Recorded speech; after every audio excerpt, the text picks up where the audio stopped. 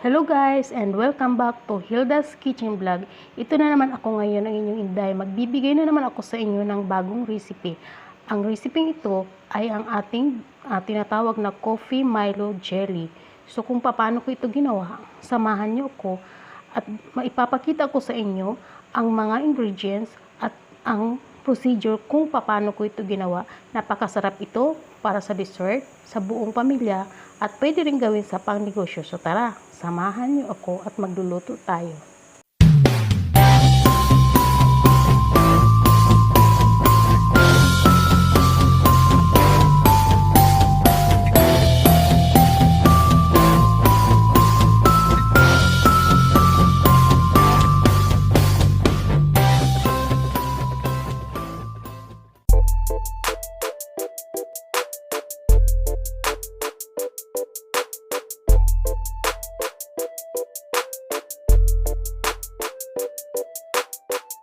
Ito yung ating mga ingredients.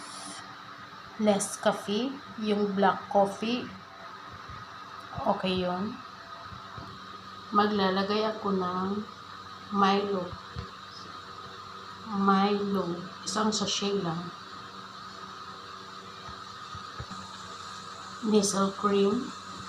All-purpose cream. At ng Alaska condense milk. Ayan.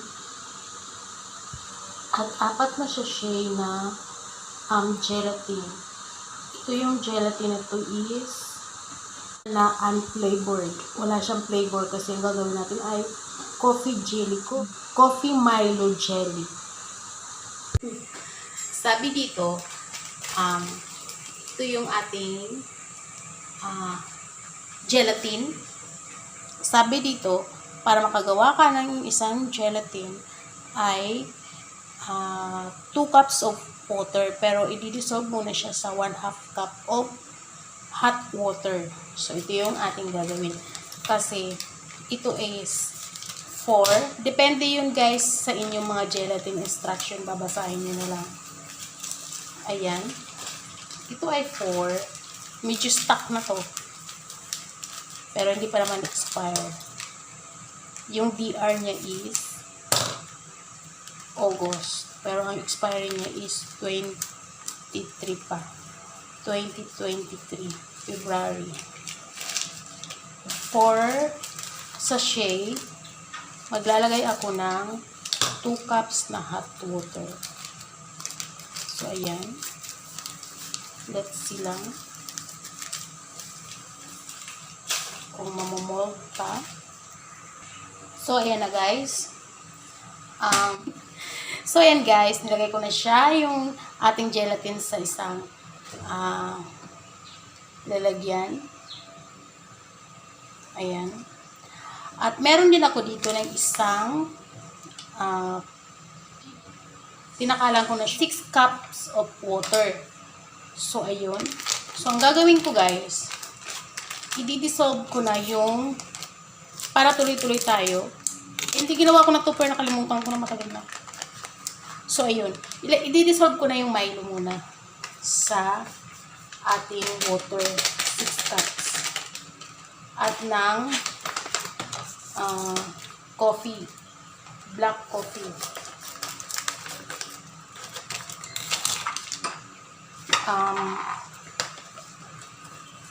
Lagyan ko siya ng 3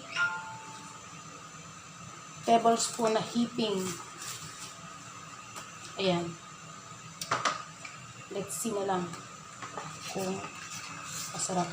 So, ayan. Para naka-dissolve na siya.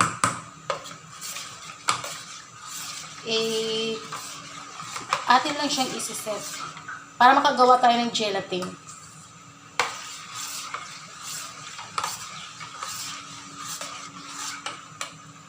So, ayan.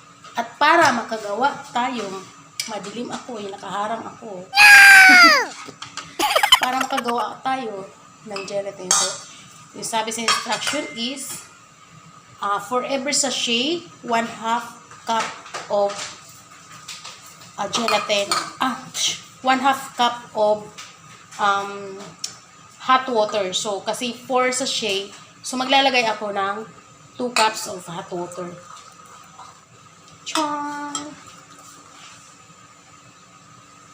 So, ayan. Haluin lang natin. Mainit. Madilim ako. O, ayun na. Na-dissolve na siya.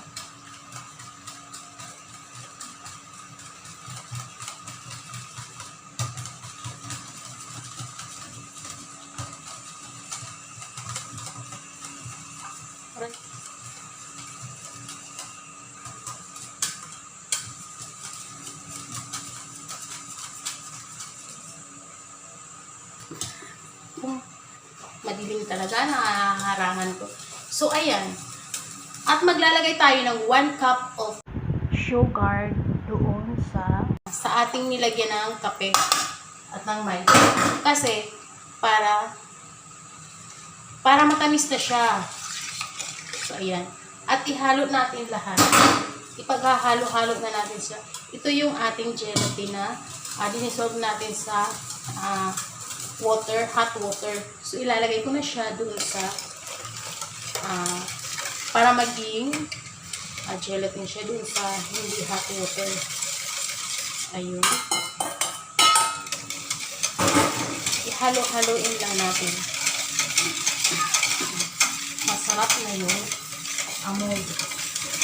Yung purpose ko, kaya ko nilagyan siya ng sugar na habang pagpapatigas tayo ng gelatin para yung gelatin is meron na ng lasa. Pag kinagat mo, may lasa na siya. Kaya ko siya nilagyan ng... Pero kayo, depende sa inyo kung ano yung gusto nyo. Pero ako, yun yung ginagawa ko. So, yan. See? Sarap na. Guys, pakukuluan natin yung ating... Pinagsama ko na yung dalawang mixture, yung 1/2 cup of at atin silang pakukuluin para makagawa tayo ng isang jelly. So, ayan. Wait lang natin hanggang siya ay makulo. At pagkakulo, i-off na natin yung ating fire. And, yun na. I-cool down na natin at ilagay na natin sa fridge. So, ayan. Hintayin lang natin na kumulo. So, ayan na guys. Kumulo na siya. So, papatayin ko na yung ating apoy. At, i-cool down na natin siya sa isang pan. At ilalagay na natin siya sa refrigerator. So, pag nag-mold na siya, saka na natin siya gagawin into cubes. So, ayan. Ito na yung ating MILO and coffee jelly na chinil na natin kagabi. So, nilagay natin sa fridge kagabi. So, ayan. Tumigas na. So, atin na siyang i-slice into cube, guys.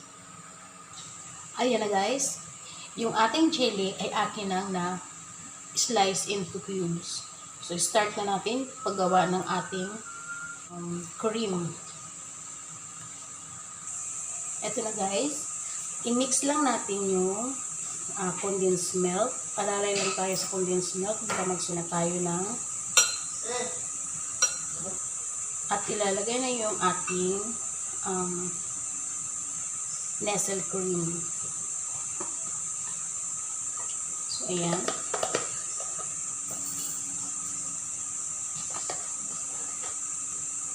Naka-chill ito kasi yung tira ko ito last time.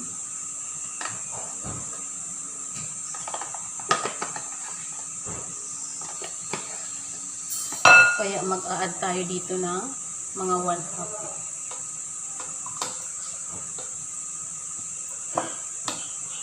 Haluin lang natin.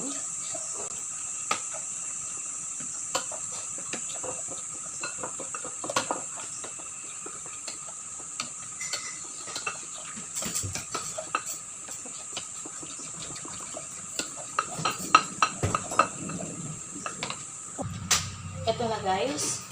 Hinalo na natin. So, dagdagan pa natin ng milk. Pero dapat alalay lang kayo. Lalo na, inalalayan ko lang yung condensed milk nito kasi ito ay meron ng sugar yung ating jelly. So, ayan. Kaya medyo matamis na siya.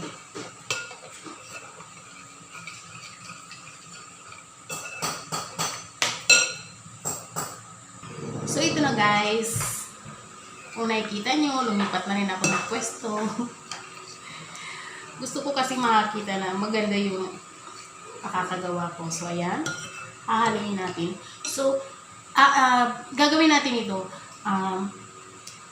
Pwede siya kasi, so kung ang plano nyo is pang negosyo, pwede rin siya ilagay sa isang ganito para medyo presentable. Or kung kunyari pang dessert ninyo, pwede rin i-mix na dito lahat. So, gagawa tayo ng 2 ways. Magsasandok ako ng jelly. Ayan.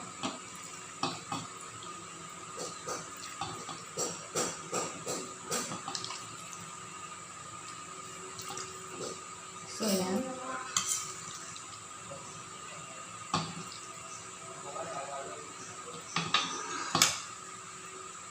At lalagyan natin ng cream.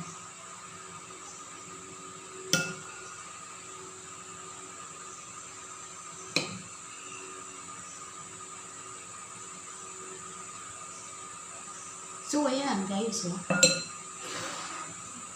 Ito na yung ating coffee MILO jelly.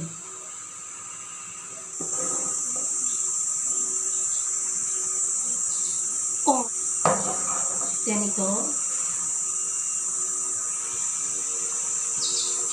Kung pang dessert, para sa buong pamilya.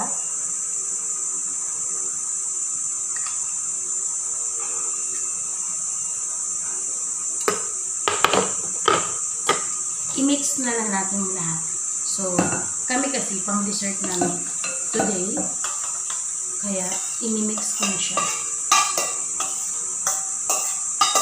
Pinakita ko lang guys kung paano yung pag-serve, paano gagawin. So, ayan. Ang sarap.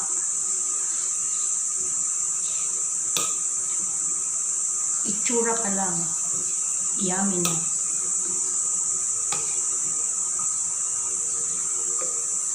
Ayan guys. Nakagawa na tayo ng isang masarap na coffee jelly, coffee MILO jelly.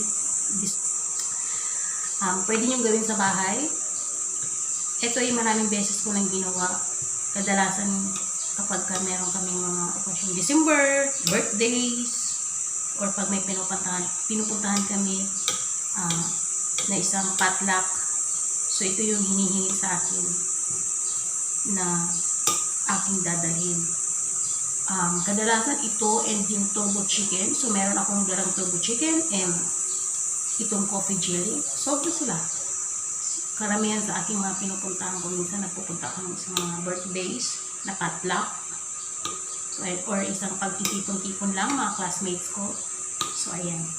Ayan, let's eat. Ang dami ko nang sinabi. Ang sarap.